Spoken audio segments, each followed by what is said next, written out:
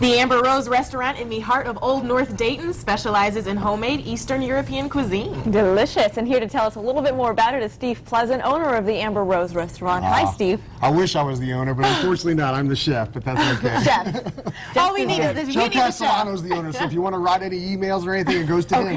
I don't exist there, so that's fine. I'm here to be with you today to show you a little bit of the cuisine that we do there. If you don't know anything about the Amber Rose, it's a little restaurant tucked away in Old North Dayton. We do all authentic Eastern European foods. Just very tasty, yeah. Germany and Lithuania and things like that. Today I'm doing some our sauerkraut that we actually serve in the restaurant. I can show you little different things that you can bring that actually home into your house. Great. Great. We're also Sorry, gonna be Kim doing loves some sauerkraut. So I do. I love sauerkraut. I'm so what I excited heard. about this, Steve. So right now, I speeded things up a little bit. What you're going to want to do is chop up some bacon. Okay. There's probably maybe about 3/4 pound in here. And you did it really finely. Do you want, you're going for that small, Yeah, the finely small, chopped bacon. actually, cooking is basically just anything that you feel comfortable with. Unless you're baking, when you have to be at specific times of things and specific amounts.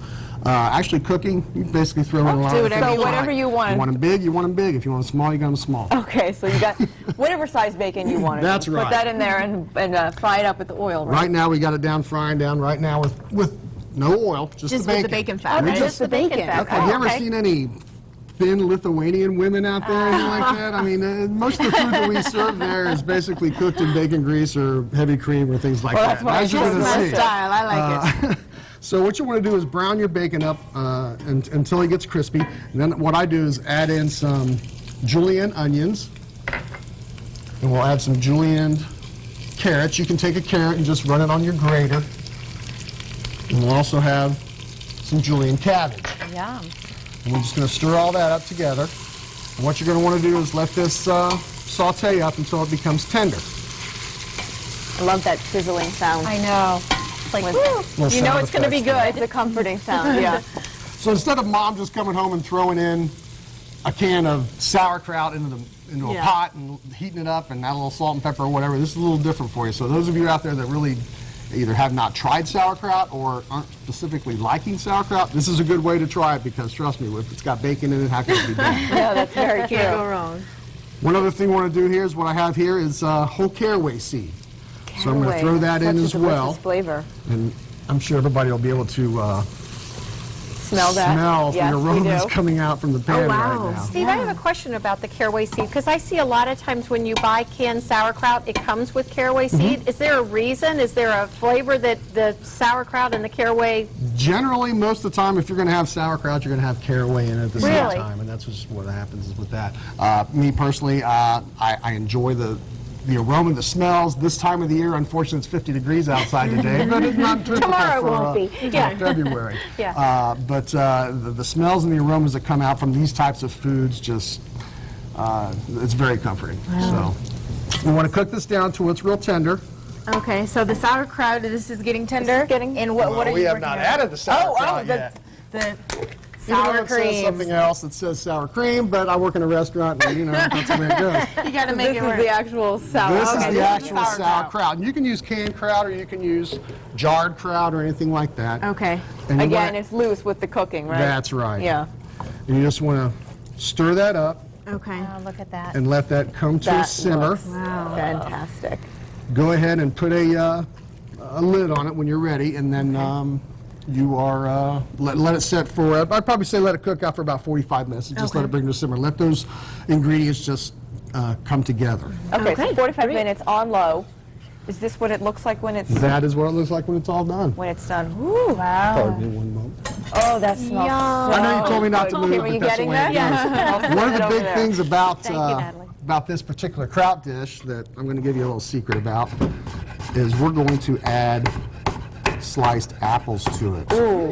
So once it's been cooking for about 45 minutes and simmering, and all those sauces come together, all the ingredients come together, go ahead and add your sliced apples, put the lid back on it, and then you can turn it off and let Okay. it set for about 10 to 15 minutes. And is it the steam from whatever's in there's all right. that's going to cook the apples by itself? That's right.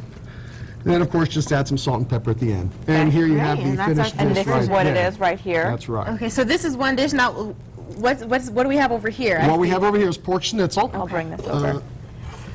what we're going to do is, what I've done is took some pork loin, sliced it thin. These are about 3-ounce portions. And we will flour them, Okay. put them in some egg wash. And what I use, or the rose. Now you can use anything you want to as far as your breading is concerned, but for some reason Oktoberfest and beer and things like that goes really well with pretzels. Oh, that's what that is. So We're all these are just standing here ground wondering up what pretzels. that is. Wow. That looks And all you want to do great. is just coat that. Okay. And obviously you would make as many as you want to for your family. Right. Let me step back here real quick. And I have a hot skillet here. Ooh, look at that butter. Now, you ladies standing around me don't look like you eat very much butter. All I eat is butter. But let me tell you, didn't it's look very far enough to the important to this dish is to, ooh, look at that, all the smoke going off. The butter is very important in this dish. It adds a certain flavor to the Okay. texture of the, Yes. of the pretzels, Yes, so it's yes. very important. What you want to do is just saute this off on Okay. one side until it's brown. Now, you pounded these pork tenderloins so that they're a little bit thin and tenderized, right? Right, and the reason for that is it will cook much faster. When you're doing this with the pork, it's it doesn't take long to cook. I mean, you're only talking about a piece of meat like this. When you're making this dish, the kraut's what you're going to want to start first. This can be done right before you're ready to serve. If you're doing it for a lot of people, you can brown a lot of these off and then layer them in a casserole dish and then pop them in the oven and you can pull it out, that type of thing. Approximately how many minutes on each side, if there was? You're probably looking at maybe 2 minutes at the most. Obviously, my pan was a little too hot when I put that in there, Yeah. but you're looking for a golden brown. And Okay. if you'll Golden forgive me brown, for okay. 1 minute. Sure. Magic, we go. The magic oven. There you Look go. at that. This is what you're going to be That looks looking so at in there. perfect. So these have Breaded. been purely sauteed, no These are oven. just sauteed. bacon. Okay, got it. And that's it. You're going to want to go on one side probably for about 2 or 3 minutes and then flip it over, and then you're going to be looking at maybe about another minute to finish it off. Steve, this all looks so delicious. good. We're going to enjoy this on the break. But still to come on Living Dayton, how the relatively mild winter we've been experiencing